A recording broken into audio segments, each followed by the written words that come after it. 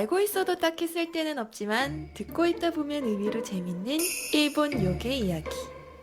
팟캐스트 이야기로 듣는 일본 요괴 1화에서는 천황을 유혹한 구미호 타마모노 마에에 대해서 이야기합니다.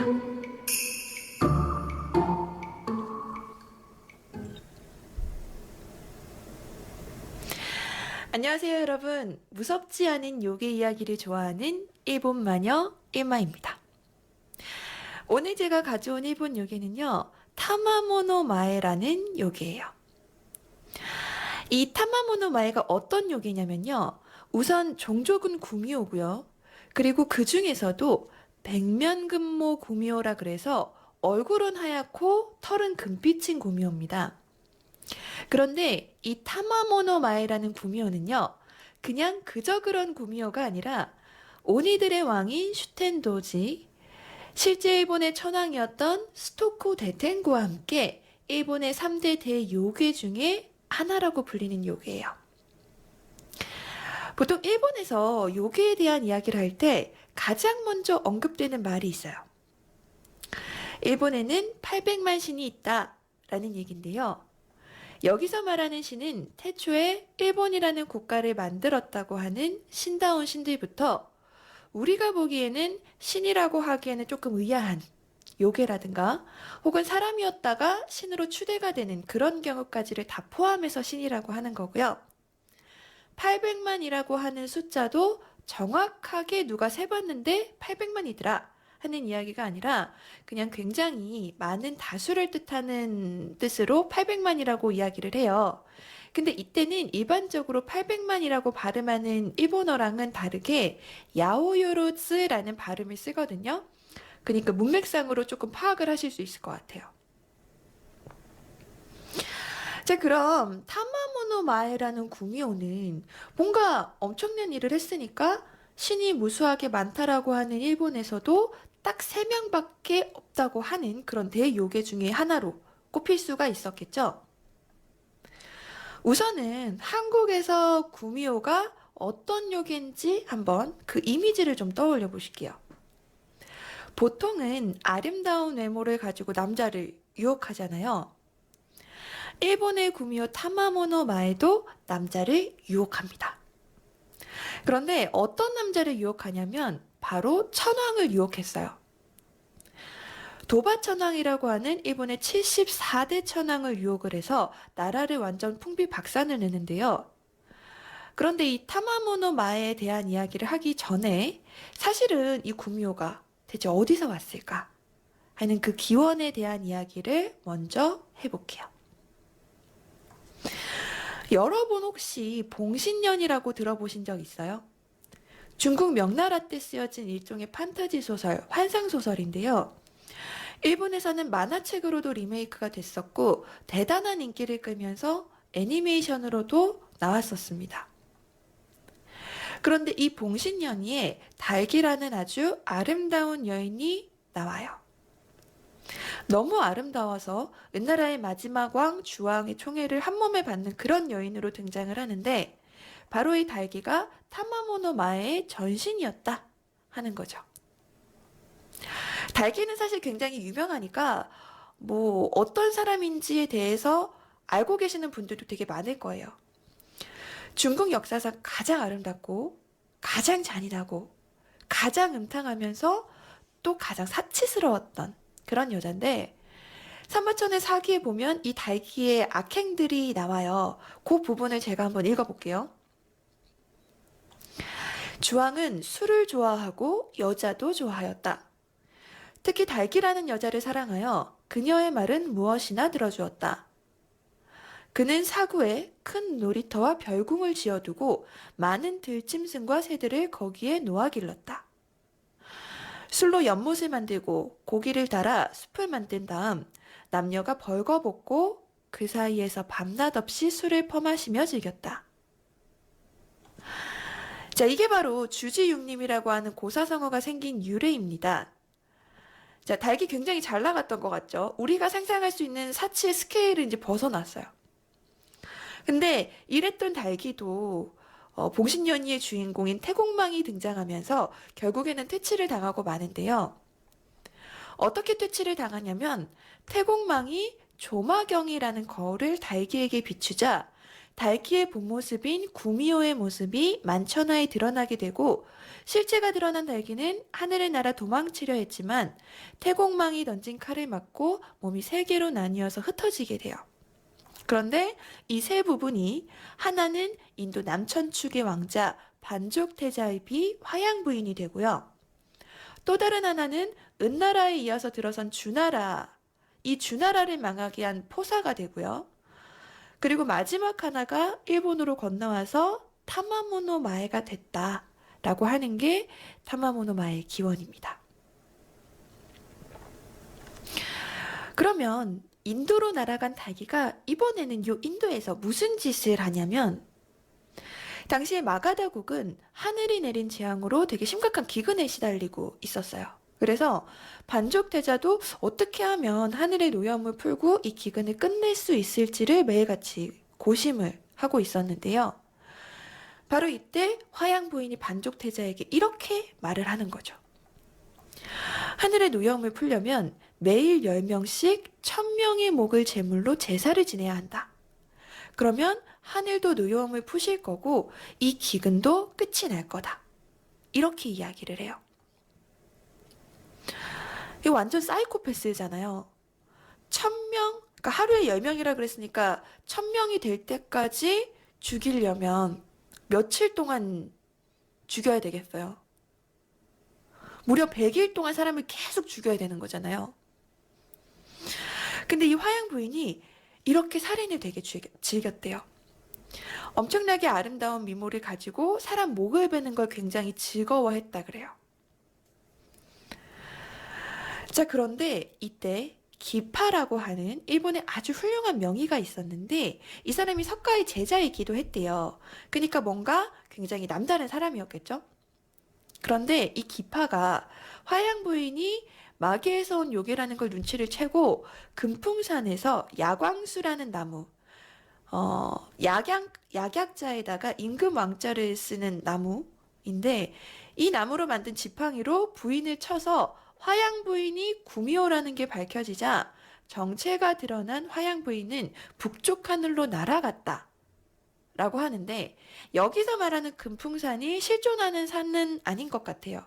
도인이라던가 신선들이 사는 산 있잖아요. 그런 산을 말하는 것 같고 그 다음에 야광수라는 것도 실제로 존재하는 나무의 수종이 아니라 우리나라에서도 벼락 맞은 대추나무가 말을 쫓는 기운이 있다라고 이야기를 하잖아요. 그런 것처럼 뭔가 말을 쫓을 수 있는 신성한 나무였던 것 같아요. 아마 금풍산에 자라는 나무였겠죠? 자, 아무튼 그래서 화양부인은 이렇게 퇴치가 되고요. 두 번째 파편 이야기로 넘어가 보면 이 두 번째 파편은 은나라가 망하고 새롭게 들어선 이 주나라에 등장을 하는데요. 주나라에도 우리가 익히 알고 있는 경국지색의 미녀가 있죠. 바로 포사라는 이름의 미녀인데 이 미녀는 특이하게도 너무 아름다운 외모를 가지고 웃지를 않는 거예요. 그래서 포사를 총애했던 이 주나라의 유황은 포사를 웃기려고 되게 갖은 애를 다 써요. 포사가 비단 찍히는 소리를 좋아한다고 하자 혹시나 이 포사가 웃을까 싶어서 유황이 그날부터 매일같이 포사를 앉혀두고 그 앞에서 비단을 찍게 했다 그래요. 아까 전에 달기 같은 경우에도 주지육림이라고 하는 고사성어를 남겼잖아요. 근데 제가 보면 선하고 악하고를 떠나서 중국에서 이름을 남길 정도로 되게 잘 나갔던 사람들은 다들 이렇게 고사성어 하나쯤은 남겨주는 것 같아요. 포사도 이 일화를 가지고 고사성어를 남기는데 바로 청금매소라고 하는 고사성어거든요. 청금을 주고 산 미소다 하는 뜻이에요. 자, 이렇게 사치스럽고 방만한 생활을 하고 있던 주나라의 유황과 포사는요. 어느 날 우연히도 이 전쟁이 나지도 않았는데 봉화가 올라가서 제후들이 군대를 끌고 이 왕이 사는 궁궐에 집결을 하는 일을 목격을 하게 돼요. 예전에는 뭐 지금이랑은 다르게 전화도 없고 카톡도 안 되니까 국경에서 보초를 딱 서고 있다가 전쟁이 나서 누가 쳐들어오는 게 보이면 우리 봉화를 올려서 알렸잖아요. 처음 적군을 본 보초병이 봉화를 올리면 그걸 보고 또 봉화를 연결해서 멀리 있는 지역까지 전쟁이 났다는 걸 빨리 알릴 수 있는 그런 시스템이었는데 어느 날 우연히 이 봉화가 잘못 올라간 거예요. 그리고 그러니까 이제 이 봉화를 보고 또 연결해서 봉화가 올랐겠죠. 제후들이 굉장히 당황을 해서 전쟁이 났나 보다 하고 자는 병사들 다 깨워가지고 이제 궁궐까지 헐레벌떡 달려왔는데 와서 보니까 이 궁궐에는 아무 일도 없고 전쟁도 나지 않았다고 하니 얼마나 황당했겠어요. 근데 이 포사가 병사와 제후들의 벙찐 모습을 보고 되게 박장대소를 해요. 그리고 이걸 본 유황은 이날부터 포샤를 웃기기 위해서 시도 때도 없이 봉화를 올립니다. 처음 한두 번이야 혹시나 싶어서 속아주던 제후들도 이제는 봉화가 올라와도 더 이상 궁궐로 몰려오지 않았고요. 결국에 진짜로 전쟁이 나서 봉화가 올랐을 때도 제후들이 오지 않아서 유황은 적군에게 살해를 당하게 돼요. 그리고 포사도 오랑캐에 끌려가 살았는지 죽었는지 그 생사를 알 수 없었다고 하는데요. 자, 이런 식으로 또 두 번째 파편이었던 포사의 이야기도 끝이 납니다. 자, 그럼 이제 드디어 달기의 마지막 파편인 타마모노마의 차례가 되겠는데요. 달기의 세 번째 파편은 이 중에서 가장 신중하게 좀 행동을 했어요. 그래서 태공망한테 퇴치를 당한 후에 가장 오랫동안 기다렸거든요. 무려 당나라 시대까지 활동을 하지 않고 기다리다가 일본에서 당나라로 파견한 견당선을 타고 이 일본으로 건너오게 돼요. 그리고 일본에 와서도 몸을 숨기고 때를 기다리는데요. 무려 360년이 지나 74대 도바천왕이 일본을 다스리고 있을 때였습니다. 어느 날 갑자기 교토에 학식이 높고 교양이 높고 가무에 출중한 아름다운 미녀가 나타났다는 그런 소문이 돌기 시작했어요. 타마모노 마야겠죠. 이 소문은 천황의 귀에까지 전해졌고 그 소문을 들은 천황은 대체 어떤 여인인지 한번 보고 싶다 해서 이 타마모노 마이를 궁으로 부르는데요. 그녀를 본 천황은 그녀의 미모와 기량에 푹 빠지게 됩니다. 그리고 그때부터 한시도 그녀에게서 떨어지려고 하지를 않았어요. 당연히 국정은 소홀해졌겠죠.